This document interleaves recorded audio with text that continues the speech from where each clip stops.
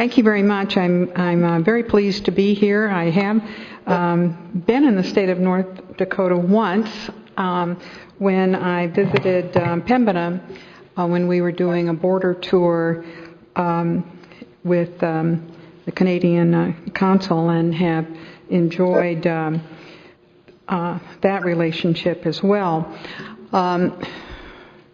When I was a girl, my grandmother was constantly after me to remember who you are, young lady, and I never was quite sure what that meant, except I soon came to know that it did indeed mean all the Yankees that had settled in Northern Virginia. And I did not at the time anticipate that I would become one of those by moving to Minnesota and residing there now for the past 38 years. I had somewhat the same puzzlement in trying to determine what would be the kinds of proper comments to make about an appropriate role of the judiciary with regard to economic development and what a prosperous state economy was and what their role would be. And so what I decided to do first of all was at least to review with you what I believe to be the attributes of a prosperous state economy, and then to turn to what role the judiciary plays as the bedrock of that. It seems to me that, first of all, the prosperous state economy, and I will be talking about mentioning, at least along the way, a number of programs that I believe at least involve the legislature and the executive branch, and the interplay with local governments with the both of them. But a prosperous state economy, first of all, involves incentives to businesses to come and invest in the state and to engage in policies that lead to job creation and retention. It means state policy which respects location-bound businesses, whether for the state of Minnesota it means our taconite mines, or it means a grocery store in New Hope, which is where I live. It means the enhancement of community vitality. It means that the state pays attention to low-performing sectors and regions and seeks to even them up without massive redistribution of assets and resources. And in Minnesota, the governor had an initiative several years ago in 2004 to create job opportunity building zones, our so-called Job Z program, which indeed set out to provide economic incentives through tax credits and tax abatements in areas throughout rural Minnesota to provide for community revitalization, quite frankly. It was a controversial program. It still is. It has its successes and failures, but those are the goals that it tries to meet. A prosperous state economy also has a public school system whose graduates can read and write English and who can master basic computer functions. A prosperous state economy provides a cultural environment which values the arts and a social network which fosters self-sufficiency. A prosperous state economy has research centers at its major universities which conduct basic research but also translational research, and which prizes innovation. And Minnesota has a number of programs through its Department of Economic Development that do just that. A prosperous state economy has a robust legislature and executive branch which seek routinely to cooperate and are viewed by the public as doing so, and I found it interesting in some of the other comments earlier today about talking about the relationship, the tension, the resentment on occasion of administrative rulemaking taking the place of statutory language and the appropriate or inappropriate use of executive orders to bypass legislative activity, and the degree to which that contributes to the lack of trust in both the legislature and the executive branch. And there may be more indicators of a prosperous state economy, but what I was led to is that we take for granted that in each of our states we're going to have a fair and independent and impartial judiciary. It was pointed out to me, and with a conversation which I value very much with my former legislative colleague, Judge Knudsen, who is here with us, that when businesses go to invest and be active in foreign countries and in developing countries, one of the things that they are looking for is stability in the government, but not just stability in an elected government or in, if it happens to be a monarchy or even a dictatorship, but a judiciary, a system of justice where there is some confidence that the outcomes of activity in that regard are going to be consistent, they're going to be fair, and they're going to be competent. Businesses will invest in states where the judicial system is trusted by the public at large to behave in such a way that demonstrates no irrational or emotional bias toward any one special interest. How do states achieve that? Well, some have mentioned today in passing the way in which we go about selecting or electing, in Minnesota's case, judicial or our judges. And I'd like to spend a couple of minutes talking about the history of that in Minnesota, and then what the challenges are to us and what at this time we're proposing to do about it. A number of years ago, Governor Al Quie, who had served in the legislature, served in the Congress, and also was elected our governor in the early 80s, initiated a system of merit selection whereby he appointed a committee, a commission, if you will, to recommend to him judicial appointees. In Minnesota, and perhaps in some of your states, it's very rare for someone to run for a judgeship that is an open seat.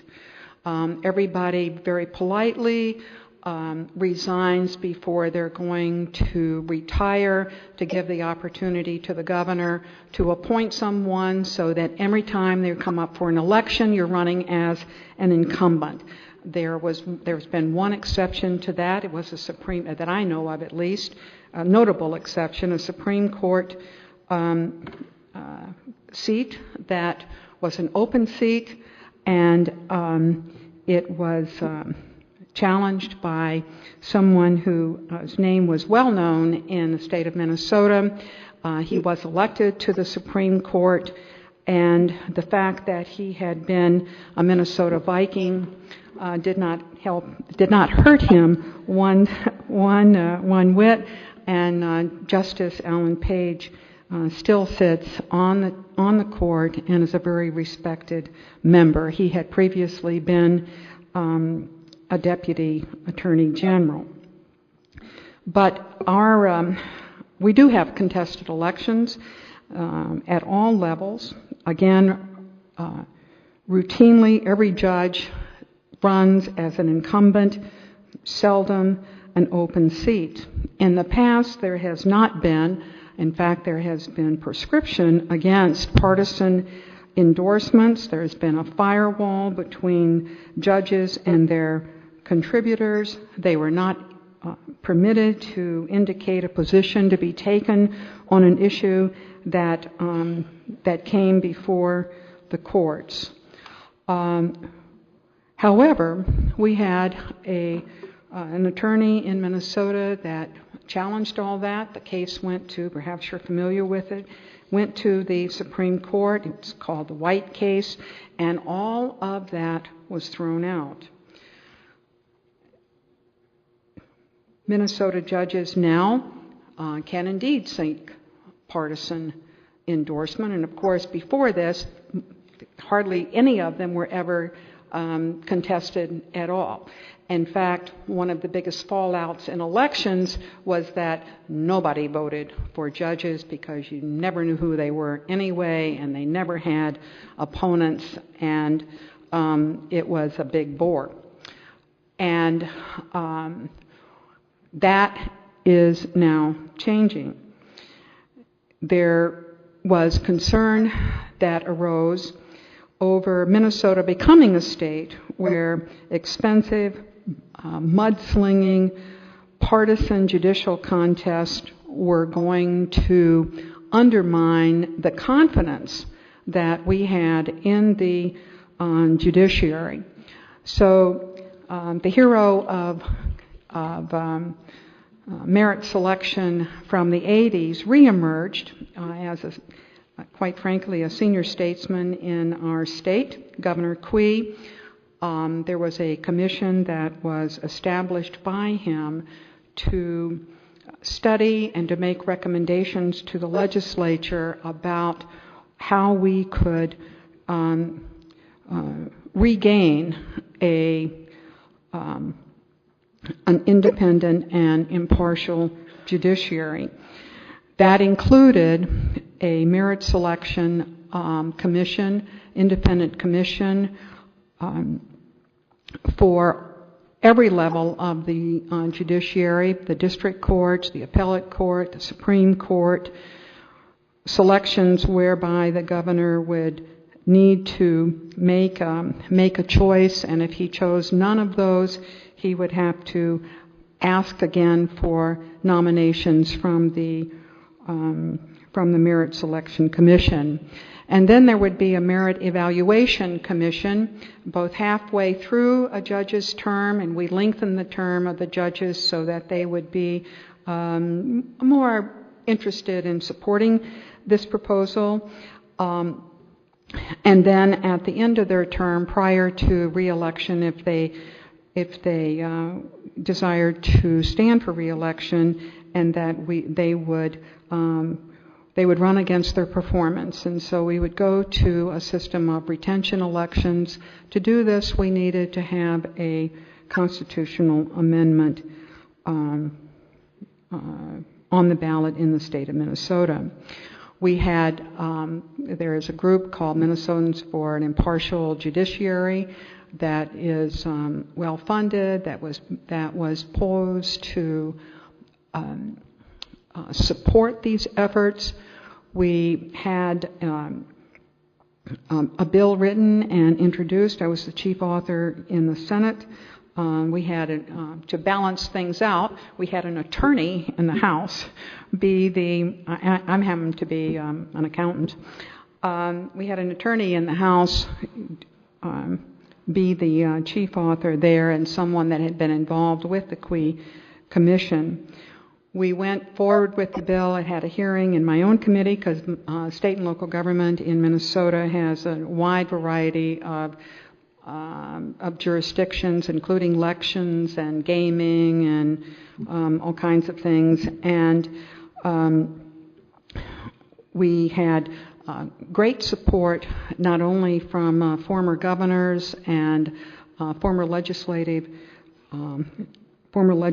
leaders, the former Vice President Mondale and others, and we nevertheless did not have unanimous support at all, or from the lawyer community at large, nor particularly not from at that point the Minnesota Bar Association or the district court judges, which was quite a mountain to climb.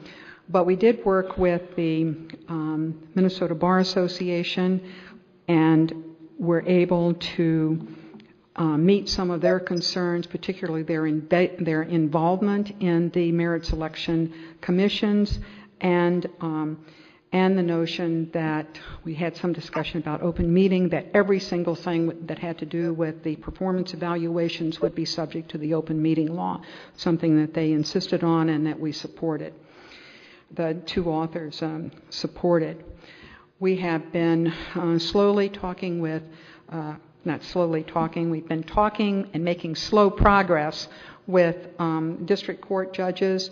Some of our districts are very enthusiastic and almost unanimous in their support of it. Others have been very skeptical. So we have our work cut out for us. But we are determined that we will not spend millions and millions of dollars on electing people to our courts who have already announced their positions on issues and that run with partisan political party endorsements. That's not going to happen in Minnesota as a matter of policy for our state. There have been a couple of, because it's legal, there have been a couple of candidates that went for partisan endorsement. They got it, and they both lost. Judges at the Supreme Court level have been offered partisan political endorsement, and they refused it. The culture is just not there for it. Chief Justice Russell Anderson made a major appearance before the legislature to support the not the bill itself, but an impartial judiciary that included merit selection, merit performance evaluation, and retention elections. Former Chief Justice Sandra Day O'Connor came and visited, who is a great proponent of it, came and visited Minnesota to speak, gave a major address at the University of Minnesota and visited with legislators about the absolute need for an independent and impartial judiciary, as indeed they have in her home state. And we have right now a brand new Chief Justice, Mr. Magnuson, who at his first address to the Minnesota Bar Association in the last 2 weeks also endorsed a merit selection and retention election system of judicial selection in Minnesota. It is important to us that the confidence in Minnesota's judiciary, which I would maintain does indeed form that bedrock for a prosperous economy in Minnesota, be maintained, and that is what we're going to be working for. And it's kind of a roundabout way talking about the role of the judiciary in a state economy, but it seems to me that it is fundamental, and we need to, in Minnesota, continue to work for that and to maintain it. Thank you. In the 2001 legislative session, our legislators created the Department of Commerce to roll those 4 agencies or offices into one agency because we had some common purposes amongst them. And that common purpose really rolled into our overall mission statement right now, which reads that we lead efforts to attract, retain, and expand wealth in North Dakota. Now that's pretty all-encompassing. I guess basically what it says is anything good that happens in North Dakota, we're going to take credit for it. So, but it does cover a lot of different areas. And covering all those different areas requires us to be involved in a lot of different things, both with our legislature and with our executive branch as well. I'll talk a little later about our involvement with the judiciary, which is somewhat limited, but primarily our efforts are working with our legislature and our executive level folks at the state. Now, as most of you may know, North Dakota has a legislative session for 3-4 months, once every 2 years. And so there is always a period of time where there is a lot of activity that happens outside of a legislative session that certainly impacts the results, or is a result of the last legislative session and impacts what's going to happen at the next legislative session. Within our department, we have an Office of Innovation and Strategic Initiatives. And that the person that leads up that office is really our liaison between the Department of Commerce, outside of our commissioner of the Department of Commerce. The person within that office really interacts constantly with our legislature. They're constantly looking at what happened at the last legislative session to make sure that we're following through on the initiatives that have been assigned to us, and then also are constantly working with our legislators across the state to disseminate information that's required as a result of some of the things that came out of the last legislative session. Now, during the session, we're obviously constantly involved in the process of the formulation of new bills. Discussions as to how they may impact in terms of doing business, and discussions in terms of how we can be involved in administering those programs that may come out. But it's a constant interaction leading up to the session, also throughout that 3 or 4 month period. Many times, as I mentioned, between our legislative sessions, or during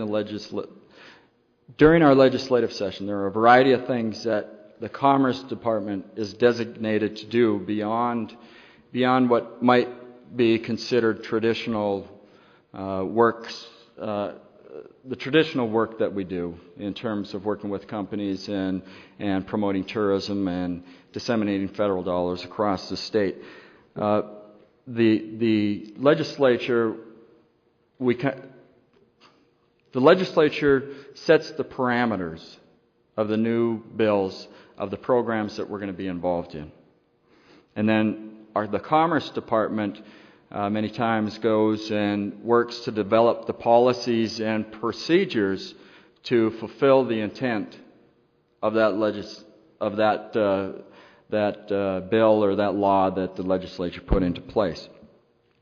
In order to do that, we have to participate. We have to be involved in discussions and understand what the intent of that particular bill was. Now, outside of the legislative session, after it's all over and we begin to put those programs in place and begin to implement them, we have to continually go back and have discussions with others within different agencies within the state, with the governor's office, and with those legislators that were involved in developing that particular law. For example, at the last legislative session, there were a few tax incentive credit programs that were available to businesses in the state, and there are a lot of little nuances. There's a lot of detail in the bill that comes out, but a lot of little nuances in terms of what the purpose of that really is and who's it supposed to impact and what are the results that are supposed to come out of that particular program. And so as we put together the policies and procedures and applications and everything, there was a constant interaction with the tax department in particular and some of the legislators that sat in on those committee hearings to make sure that we put a program together that was going to be delivered and create the results that everybody had hoped. Now, also many of the things that are assigned to the Department of Commerce are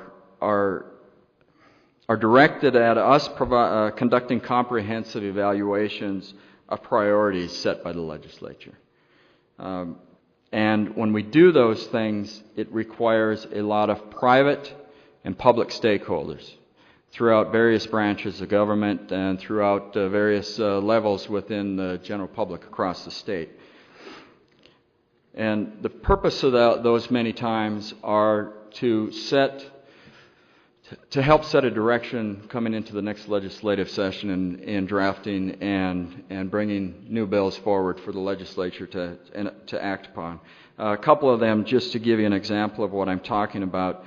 The last session there was a call for a legislative council study to assess the North Dakota workforce system initiative.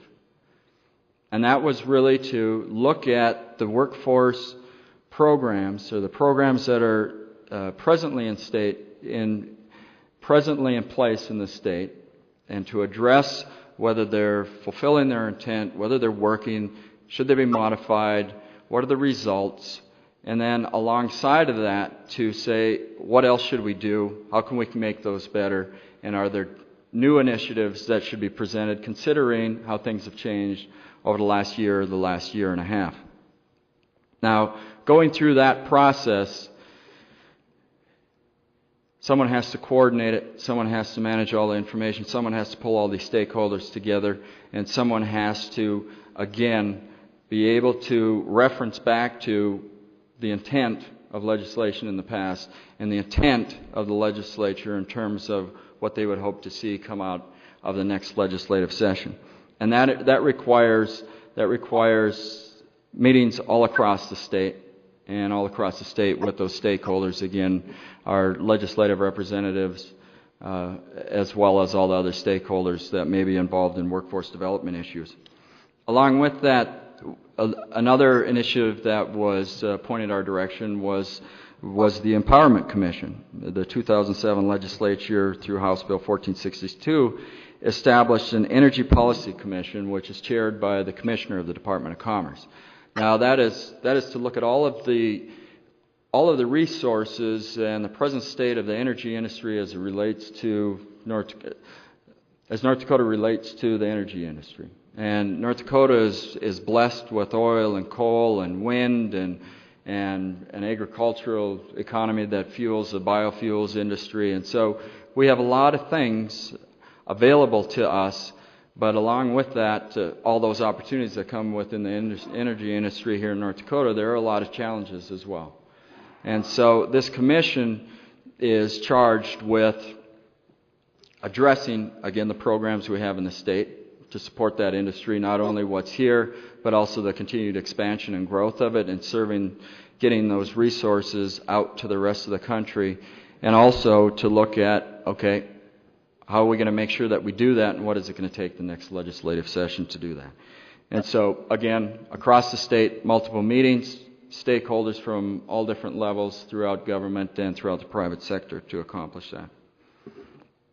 Now, also along with the efforts of supporting what the legislature and the governor's office would like to see the Department of Commerce accomplish, we're constantly in touch with all of our local community partners across the state. And when I say local community partners, I'm talking about different economic development association groups, the tourism association groups. And we are constantly having an interaction with them as they are developing a legislative agenda, which they will typically come forward with sometime prior to the session. And so our involvement helps them, again, have an understanding of what our legislative body has intended to have happen, where they see things moving forward in the future, and we can help not necessarily direct them, but at least offer them some guidance. And it also puts us into a position, if we're ever in a session, where we can relate the intent of those associations back to our legislative group and back to the governor's office. Now, when we're working with the executive branch, particularly the governor's office, North Dakota has a small population compared to many other states, which I guess in my mind is a blessing. What that provides for us, at least us working in a state agency, And for people across the state, whether they're a private business person or someone that's working at a institution of higher education, it provides us access to our executive branch. And it provides us access to all the different agency heads and, again, directly to our legislature. Now, we rely on the governor's office, obviously, for helping establish some budget criteria that we follow as we put our budget together going into the next session, but also in our business development project activity. Matter of fact, prior to this presentation, I had a meeting with some business people over in the governor's office. They're very actively involved in our discussions with businesses and our efforts to attract businesses to the state. And when we are having those conversations with different business people, our agency heads or staff within those agency heads are typically always brought into the conversations. It's easy for us to manage a project ourselves, but it certainly has a much greater impact when we pull together the people within the different state agencies and bring them to the table with the representatives of the businesses. It just shows a broader state support for their effort, and it typically provides an environment. They recognize an environment that we're going to provide to them here if they're located and expanding in the state. Now, the governor's office has what they call monthly cabinet meetings. And at those monthly cabinet meetings, they pull together all the different heads of the different cabinets, agencies within the state, and have conversations about everything and anything that it may not cross over into the different agencies, but there's always seems to be some commonality comes across where the issues can be addressed up front, and we always have the different agencies kind of moving down the same path and putting programs in place and managing programs and dealing with the public in a way that is efficient and effective. We also have where we get involved in some of the activities that the governor's office directs. Excuse me a second. There are situations that I'm sure you've all run into that are not necessarily positive, favorable situations, and they need to be dealt with, and they need to be dealt with urgency. And so many times we'll have a task force established, and it happens. It doesn't happen a lot, but it happens regular enough where we can be very responsive, and people know their place and what their part is in the process when we have emergencies that we have to deal with. And emergencies come in a variety of different forms, whether they're a natural disaster emergency or it's an emergency of a major employer making an announcement that they're going to close their doors in the state. And so we have these task force, which are made up typically of public sector or the state agencies, as well as federal agency representatives that may be in the state, as well as our congressional representatives from our congressional delegations, and many times crossing borders. In one of the task force that we have in place right now relative to a business closing, it impacts Minnesota, and we have representatives from Minnesota Department of Employment and Economic Development and others sitting in on that task force. And so we are very responsive and constantly having interaction with our executive branch to address and deal with those issues that come up and put in front of us. Hopefully not on a regular basis, but once in a while. Another example would be the tornado that hit Northwood, North Dakota here a number of years, or last year, and the response to that was immediate and very effective. We rely upon our executive branch a lot as well in terms of, I had mentioned interacting with businesses, where we will take a variety of different people. This isn't just visits into North Dakota that people participate, but we will load up an airplane and take people off to different locations around the country whether it's a new company that's looking at moving into the state or an existing company in the state that has a headquarters someplace else. And so it's just a constant interaction back and forth, and it's very easy for us within the Department of Commerce, any one of our agency heads, to pick up the phone and have a conversation directly with someone in the governor's office or within one of the state agencies, Secretary of State's office, or whatever the case may be, to address and deal with an issue. And everyone is very responsive. Judicial branch. No disrespect intended here, but we do everything we can to avoid dealing with the judicial branch. And what I mean by that is we certainly take every effort and every precaution in everything that we do to make sure that we aren't going to be put in a position where we end up in some court of law associated with whether it's programs that we deliver or activities of the various people within our Department of Commerce. Again, there's no disrespect intended there towards the judicial branch. We do use our Attorney General's office on a regular basis to help keep us out of the courts. For example, whenever we're working with a business of any significance that has IP that they want to protect or whatever the case may be, they will ask us to sign a non-disclosure agreement. Well, there's non-disclosure agreements from having 20 projects you're working on and 20 different formats of non-disclosure agreements.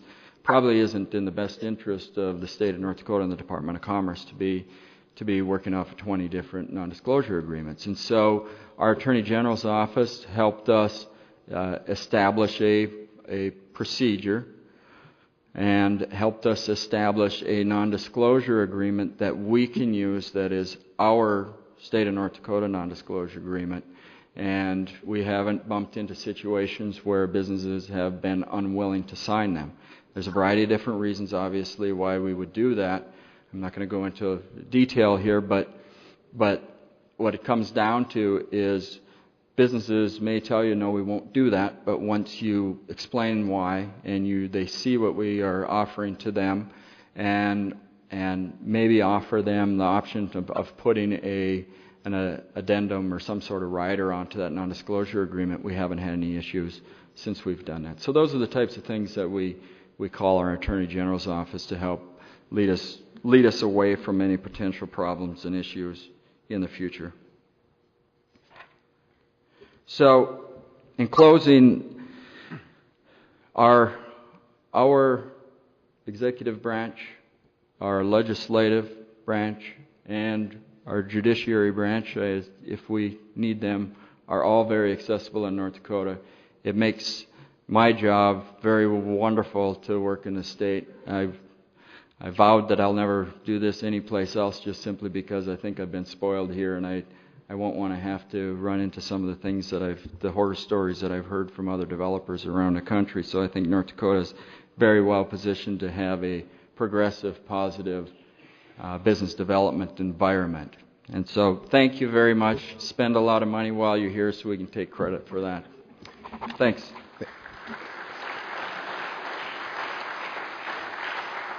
Thank you, Mr. Lucey and Senator Rest. And if you do have any questions during these panels, the microphones right in front of you on your desk are active. So you just need to lift that and key the mic with the little thumb button, and you can be heard all over the chamber. So any questions or comments about this panel? Any of the topics discussed? Yes, Judge. Senator Rest, what's the status then of is it a constitutional amendment that you're trying to pass? Yes, sir. It would be put on it did not pass the legislature yet, but it would be a constitutional amendment that set up the judicial selection and called for retention elections with a longer term than judges currently enjoy.